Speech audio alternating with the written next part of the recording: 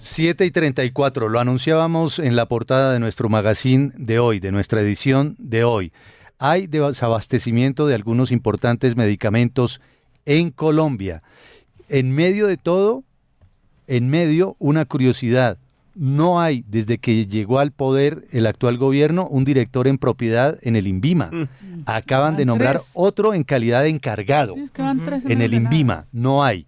Y se habla, Kelly, de ese desabastecimiento, ¿no? De Sí. medicamentos, una situación que está afectando ya a muchas personas en Colombia. Incluso cosas pequeñas, porque se acuerda, hace unos meses reportábamos que, por ejemplo, no se conseguían algunas marcas de anticonceptivos, que era muy difícil.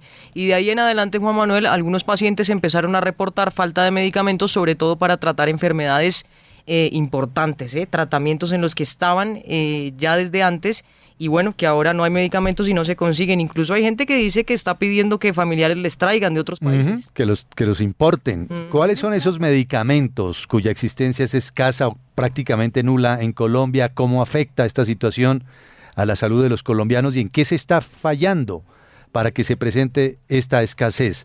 Saludamos al médico e investigador de la Universidad Johns Hopkins, Andrés Vecino. Bienvenido, doctor Vecino. Gracias por acompañarnos aquí en Radio Red. Juan Manuel, buenos días. Gracias por la amable invitación. Bueno, ¿de qué magnitud, de qué proporción es este desabastecimiento de algunos medicamentos en Colombia? Pues, Juan Manuel, si usted me permite, quizás para explicarle a la audiencia cómo funciona esto, si quiere hablemos un poco de cómo es que los medicamentos llegan al país y llegan a las manos de la gente. De acuerdo. ¿Cómo es esa cadena? ¿Cómo es ese proceso? Pues básicamente los laboratorios nacionales o internacionales producen los medicamentos. Cuando usted, el médico, le receta un medicamento, ese medicamento usted va a una farmacia adscrita o con la cual tiene un contrato la EPS. Muchos de ustedes habrán escuchado estas grandes cadenas, Cruz Verde, Colsubsidio, CAFAM, Audifarma, pero hay muchas más. Ustedes van allá y adquieren el medicamento. Ese medicamento fue negociado por esa cadena que se llama gestor farmacéutico con el laboratorio que la produce. Para que el laboratorio ponga esos medicamentos en el país, necesita un registro sanitario, que es una aprobación regulatoria que emite el INVIMA. Entonces, como ustedes ven, hay varios pasos, ¿cierto? Es el médico recetando, es la EPS teniendo un contrato con el gestor, es el gestor teniendo un contrato con el laboratorio, y es el INVIMA dándole un registro sanitario, un permiso de importación o de distribución al laboratorio para ese medicamento específico. Entonces claro, cuando uno se pregunta por qué a veces faltan los medicamentos, es un tema complejo porque en cualquiera de esos puntos de la cadena la distribución puede fallar. Desde la pandemia, por cuenta de los cierres en múltiples países, los problemas en la importación y exportación de medicamentos, empezamos a tener problemas de lo que se conoce como las cadenas de suministro. Básicamente porque, por ejemplo, el vidrio para hacer un vial se hace en una parte del mundo, el medicamento se hace en otra parte, un principio activo se hace en otra parte, la caja, el cartón de un medicamento se hace en otra parte. Y todos esos sitios de producción tienen que lograr producir y exportar el material para que el medicamento llegue a sus manos. Entonces, cualquiera de esas cosas puede fallar. Recientemente con la guerra en Ucrania, después de la pandemia, hemos visto, digamos, un problema de esas cadenas de suministro. Al mismo tiempo en el país, después también de la pandemia, cuando todos estuvimos tanto tiempo sin ver al médico, han aparecido nuevas enfermedades. Y entonces la gente está demandando esos nuevos medicamentos, y entonces hay más demanda por medicamentos, hay más necesidad de medicamentos y menos oferta de medicamentos. Y eso produce un desequilibrio y es lo que conocemos estrictamente como escasez. Desabastecimiento es cuando definitivamente no hay ningún medicamento. Entonces, ¿qué ha pasado? ¿Qué era su pregunta, Juan Manuel? Desde agosto del 2022 hemos pasado, el INVIMA publica una lista cada 4 meses de los medicamentos que están en escasez. Hemos pasado de 80 a 245, es decir, se ha triplicado el número de medicamentos con algún nivel de escasez. Hay 3 niveles de escasez. En monitorización, que es cuando hay alguna escasez, en riesgo de desabastecerse y totalmente desabastecido, es decir, no hay medicamento. En ese tiempo, en este último año, hemos pasado de 3 desabastecidos a 34 desabastecidos. Y en riesgo de desabastecimiento, o sea, a punto de estar desabastecidos, hemos pasado de 0 el año pasado a 12. Entonces, claramente hay un problema en algunos de esos puntos, como antes mencioné, y la pregunta es, ¿dónde están esos problemas? Y si quiere, pues podemos conversar más acerca de dónde pueden estar esos problemas, digamos, a nivel nacional, Juan Manuel. Doctor, tremendo lo que usted nos explica. ¿Qué es desabastecimiento y qué es escasez? Ya entendimos un poco la diferencia y tal. Y bueno, nos preocupa, y me imagino le preocupa a usted y a los oyentes, porque nos dice, de escasez pasamos de 80 a 245 y de desabastecidos de 3 a 34. Doctor Vecino, ¿podríamos hablar de cuáles son esos medicamentos desabastecidos? Es decir, que las personas no lo van a poder encontrar.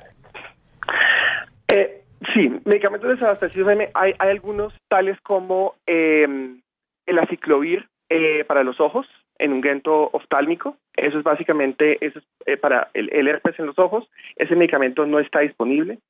La amoxicilina con ácido clavulánico en suspensión, que es un medicamento que se da frecuentemente para niños, está desabastecido. La cloroquina es un medicamento para la malaria, está desabastecido. Algunas presentaciones específicas de un medicamento que se usa en unidades de cuidado intensivo, que se llama cloruro de potasio, está desabastecido. Otros medicamentos como desmopresina están desabastecidos. Epirubicina están desabastecidos. Estrógenos conjugados en cremas vaginales también están desabastecidos. Estradiol en gel está desabastecido. Esos medicamentos, algunos les dirán, digamos, algunos les resonarán a la gente, otros quizás no, pero más allá de los que están totalmente desabastecidos, también son complicados los que están en monitorización. Le digo por qué. Porque, como mencioné antes, la EPS hace un contrato con el gestor y el gestor hace un contrato con el laboratorio. Si hay un medicamento que tiene un problema, incluso si no está en riesgo de desabastecimiento, es posible que ese gestor no tenga ese medicamento. El medicamento puede que exista en el país, pero lo tiene otro gestor con otra EPS o puede estar en otra parte del país. Entonces, no es solamente el hecho de que las cantidades totales estén desabastecidas o en riesgo de desabastecimiento, sino que no estén en los lugares donde va la gente el medicamento que la gente necesita.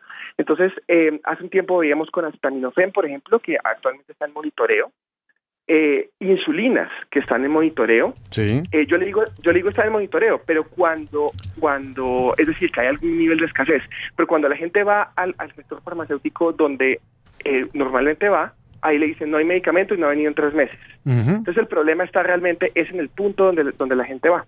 Bueno, ¿y qué ha causado esta situación? Porque usted decía, si quiere, más adelante hablábamos de las causas, qué es lo que está ocurriendo, cuál es la génesis, el origen de esta situación. Claro. Porque dice usted que viene desde agosto del 2022, como lo repetía Kelly, hemos pasado de 80 a 245 medicamentos con algún nivel de escasez y 3 desabastecidos inicialmente a 34 desabastecidos. ¿En dónde está el quid del asunto? ¿Cuál es la responsabilidad? ¿Esa interinidad en el INVIMA está causando esta situación? ¿Habrá algo deliberado también para ir, digamos que apretando el sector de la salud? ¿O qué es lo que está ocurriendo? Digamos que, entonces, sí. Hay un incremento, como le mencioné antes, hay una reducción en la producción, o más bien problemas en la producción, problemas en la importación, y hay un exceso de demanda, ¿cierto? Hay más gente necesitando medicamentos. Entonces, es un problema fundamental. Ahora, en las diferentes partes de la cadena, como le mencionaba, hay otros problemas. En el INVIMA en particular, sí, efectivamente, como ustedes mencionaban al inicio, llevamos desde el inicio de este gobierno sin un director en propiedad, todos han sido directores encargados. Y el problema de esto es que, por ejemplo, el año pasado se emitió un decreto, que es el 334 del 2022, por el cual el INVIMA debe cambiar los procesos por los cuales se hacen los registros sanitarios. Actualmente, para que un medicamento tenga un registro sanitario en el país, toma más de un año. Y cambios muy pequeños, extremadamente pequeños en, por ejemplo, el laboratorio o el representante del laboratorio en el país, etcétera, por esos cambios muy pequeños hacen que el registro sanitario no funcione más y tenga que ser renovado. Actualmente el registro sanitario toma más de un año en el país y debería ser muchísimo más rápido el proceso. Ese decreto está desde el año pasado, pero sin un director en propiedad que se ponga la camiseta para implementar esos cambios, es muy difícil que esto ocurra. Entonces, eso lleva a que puede haber medicamentos afuera, pero los medicamentos simplemente no están entrando porque no hay registro sanitario. Y entonces los gestores no pueden conseguir esos medicamentos y entonces la gente no puede accederlos. Entonces, ahí es donde hay un problema importante de regulación que no está siendo tratado en parte porque no hay director en propiedad en el INVIMA, lo cual realmente un año después es inaudito. Puede haber otras razones. Entonces, hay un tema definitivamente importante que es difícil de probar, pero es muy posible que esté ahí teniendo un efecto, y es que sabemos que en este momento el sistema de salud está desfinanciado, básicamente porque la plata que se le paga a las EPS es inferior a los gastos que ellas tienen, y es posible que eso esté impactando vía retrasos en los pagos, es posible que eso esté impactando también los medicamentos, porque si las EPS no tienen la plata para pagar a los gestores no tienen la plata para pagar a los laboratorios, simplemente pues no hay medicamentos. Entonces ahí hay un problema que es difícil de probar, pero que puede estar ocurriendo. Mire, doctor Vecino, el otro día conocí un caso de una señora que vive en Sincelejo, que le dije, porque me acordé por lo que usted mencionó, que en las unidades de cuidados intensivos, llegó con el hijo y le dijeron en el hospital tal cual, mire, no tenemos el medicamento acá, la EPS tampoco lo tiene, pero cómprelo. En la farmacia sí lo hay, y vale un jurgo de plata, y esa señora estaba haciendo vaca. ¿Por qué sí lo hay en la farmacia y por qué no lo tiene la EPS o el que distribuye y el hospital? Sí, ese es un tema grande. Digamos que de la misma forma como mencioné antes que hay estos gestores, la regulación dice que hay dos tipos diferentes de canales por los cuales se distribuyen los medicamentos. Uno que se llama el canal comercial, que es el de la farmacia, y el otro que es el canal institucional, que es el del medicamento que le receta el médico en la EPS. Esas negociaciones que hacen los gestores con los laboratorios se hacen independientemente. Sí, cada uno se hacen en forma totalmente independiente. Las cantidades, los precios, las presentaciones, todo se hace independiente. Por reglamentación se hace independiente. Entonces, hay digamos que dos hipótesis al respecto que son difíciles de comprobar. Por un lado, es posible que como se han consumido tantos medicamentos en el institucional, solo queden en el comercial. Y no no se puede legalmente pasar medicamentos de un lado al otro. Entonces simplemente hay una restricción legal para hacerlo. Hay otra hipótesis, y es que esos medicamentos tienen un precio más alto, y como tienen un precio más alto, entonces es más rentable dejarlos en el lado comercial. Sin embargo, esa hipótesis tiene un problema, y es que si bien los precios pueden ser menores, las cantidades son menores, entonces no necesariamente es más rentable para los laboratorios poner medicamentos en el canal comercial. Puede serlo, pero no necesariamente. El tema es que independientemente de lo que sea, todos los países del mundo lidian con la industria farmacéutica, con gestores farmacéuticos, con aseguradores, con hospitales. El tema es que hay un tema regulatorio que tiene que cambiar. Y no ha habido una cabeza que lo haga. Si hay un problema, si hay un problema en el canal comercial y un problema en el canal institucional, quizás hay que hacer un cambio regulatorio al respecto. La pregunta es, ¿quién va a hacer el cambio? ¿Quién lo va a hacer? No tenemos. Un interino no lo hace, además, alguien que está encargado no lo hace. Lado. Exactamente. Así es. Yo quisiera preguntarle por esa escasez o ese desabastecimiento. ¿Qué proporción de esos medicamentos que no se consiguen se pueden reemplazar? ¿O cuáles definitivamente, si la persona no lo consigue, se fregó y se lo llevó el diablo? ¿Hay manera de reemplazar esos medicamentos y en qué medida? Esa es una excelente pregunta. Normalmente, algunos de estos medicamentos, los médicos, por ejemplo, saben que son escasos o desabastecidos y los pueden modificar. Eso pasa muy frecuentemente. A veces esos medicamentos no pueden ser reemplazados, y entonces el INVIMA tiene que llevar a cabo medidas específicas como declararlo vital no disponible o importarlo directamente, etcétera, hacer una serie de cosas para lograr adquirir ese medicamento específico si no se puede reemplazar. Pero el problema va más allá. El problema es que, por ejemplo, hay unos medicamentos, seguramente muchos de los oyentes consumen levotiroxina, ¿no? Para el hipotiroidismo. Ese medicamento, o medicamentos psiquiátricos, por ejemplo, ese medicamento uno quiere que sea siempre del mismo laboratorio, siempre la misma dosis, porque puede haber pequeñas diferencias entre uno y otro. Warfarina, por ejemplo, también es otro de esos medicamentos. Entonces, si a uno le están cambiando todo el tiempo la presentación, si a uno le están cambiando todo el tiempo el laboratorio, porque es que no está disponible este, pero está disponible el otro, no, pero es que no hay en el canal institucional, váyase a la droguería al lado, en el canal comercial y cómprela allá, usted puede estar teniendo problemas y eventos adversos de salud por cuenta de que esos medicamentos, el que usted necesita exactamente, no está disponible. Entonces, no es solamente que algunos de los medicamentos se pueden cambiar, es que algunos medicamentos, incluso son los mismos, pueden tener pequeñas diferencias entre ellos que pueden ser importantes a la hora de evaluar su salud. Entonces, hay un tema, digamos, mucho más amplio, y es cómo nos aseguramos de que el medicamento que necesita la gente es el que está en la farmacia. Claro.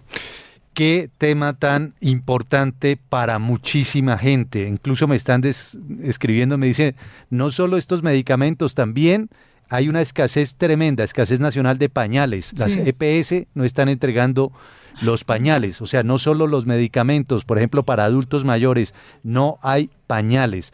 ¿Qué es lo que está ocurriendo? Bueno, hay por lo menos una hipótesis que comparte con nosotros el doctor Andrés Vecino. Gracias por su tiempo y gracias por sus explicaciones, sus aclaraciones, doctor Vecino. Gracias, Juan Manuel. Una cosa acerca de los pañales. Los pañales no requieren un registro. Digamos que hay otras cosas que sí están escasas y hay que poner atención a eso, porque eso sí puede no ser por temas del INVIMA, sino más bien por temas de que el sistema de salud está financiado, la OPS es muy pequeña y por esa razón, dentro de las OPS no tienen la plata para pagar. Sí, y fuera de eso hay una reforma a la salud en marcha. Bueno, hay una cantidad de factores en coyuntura para armar la tormenta perfecta. Gracias, doctor Vecino. Bienvenido siempre.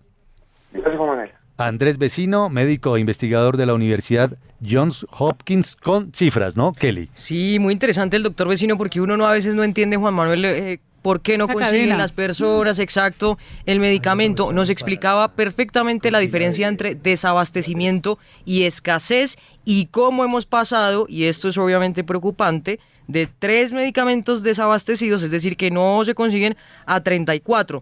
Él nombraba algunas que, bueno, Juan Manuel, yo creo que la gente lo necesita, la insulina, por ejemplo. Imagínese que es básica ¿Cómo y le masiva. ocurre a usted que no consiga finalmente insulina y que no se la dé la EPS y tal? El cloruro de potasio, bueno, incluso el acetaminofén, que decía él Ellas sí están en también. las droguerías. se le Eso sí explicaba están dónde ahí. se rompe la cadena. El problema es de verdad, Janet, porque la gente dice, hombre, si yo no tengo plata para comprar Y el por fuera regulador no existe, INVIMA, porque en este momento es el INVIMA, pero está en calidad de encargado y un encargado no hace nada.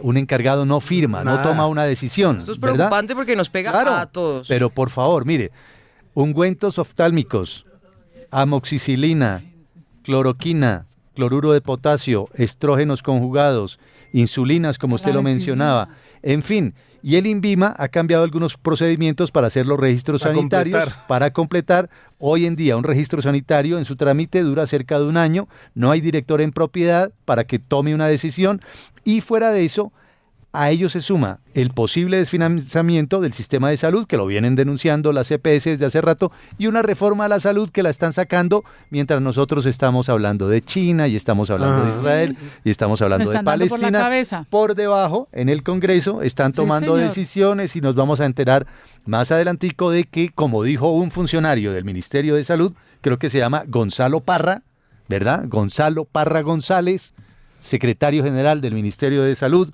o secretario privado del ministro, la reforma la sacan por decreto o por el Congreso. Por las dos vías, ahí va, 753. Y el presidente viajando. Y el regulador, regular, gracias. Ujú.